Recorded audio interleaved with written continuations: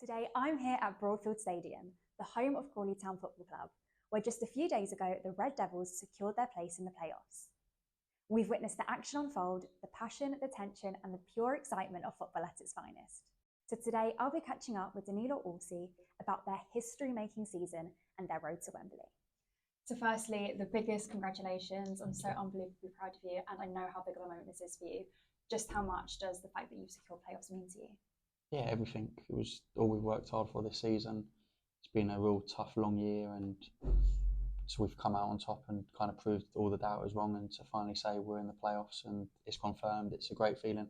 And speaking of the people that doubted you, I know you were the bookies' favourite to get relegated this season. Do you think that drove you to prove them wrong? Yeah, definitely. I think obviously when everyone at the start of the season saying they're going to be favourites to go down, it kind of takes all the pressure off you to kind of achieve anything that year. So we kind of knew what we had in the building in pre-season, and we knew what we could achieve if we played to our potential. So yeah, we used it, I guess, as added motivation to have a successful season. Exactly, and what an achievement. And leading on from that, what would you say has been the key factor behind the club's success so far this season? Yeah, I think probably the people involved. We've got a great management team. Gaffer's unbelievable with us. Great coaches, and the boys. What a group of boys we've got. Everyone's really humble, down to earth, and everyone wants to learn, and everyone comes in every day kind of with the correct attitude and wanting to push on. So I think the right mix of everything's kind of come together, and that's why we've had the success we've had this season.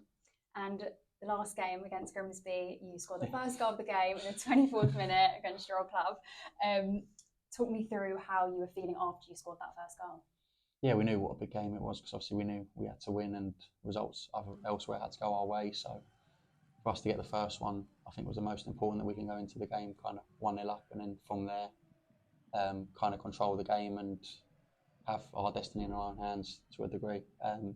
But once the ball went in, I was over the moon.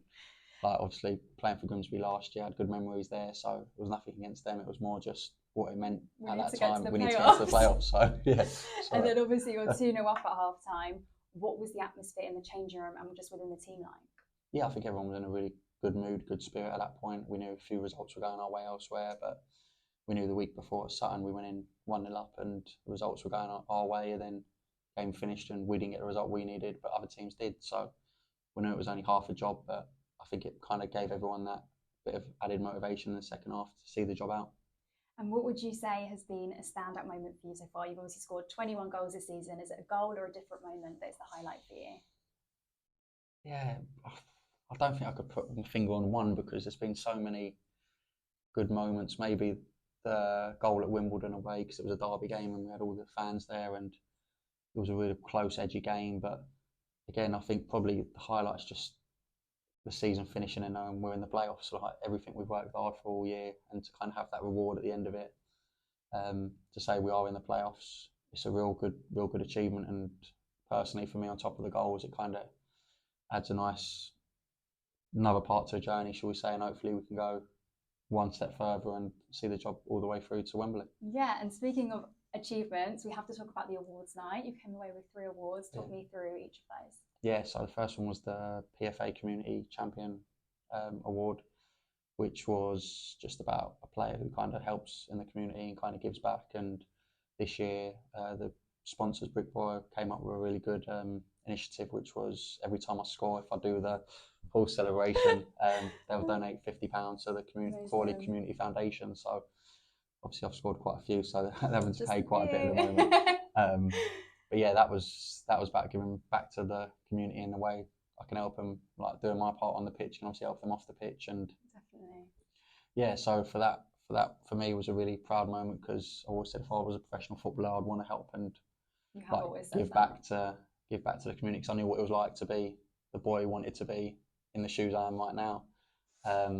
So yeah, I was really happy to win that, and then obviously to be voted Fans Player of the Season was a real honour, because they're the ones who come to watch every week and they pay their money to come up and down the country following us. So to win that award, I'm really pleased, and it's a massive honour for me. And then the final one was obviously just the Golden Boot, which was probably the only award I was expecting to get that night.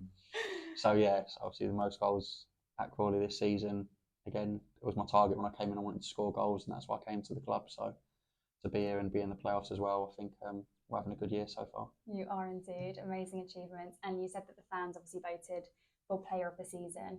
What message have you got for all the fans that have supported you throughout the season? Yeah, just a massive thank you. Thank you to them, because it's been a long, hard season and they've stuck with us. We've had some really good moments and we've had some not so good moments, but the common denominator is they've always been there, they've always been in the stands, and they've followed us up and down the country. And I'd like to think we've given them a season to be proud of.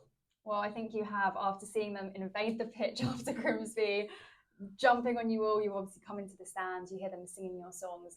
Unforgettable, right? Yeah, it was a fantastic day. It was a fantastic way to end the regular season, shall we say, and to be up there in the box up there and see all the fans below singing everyone's songs, to be fair to them. Yeah.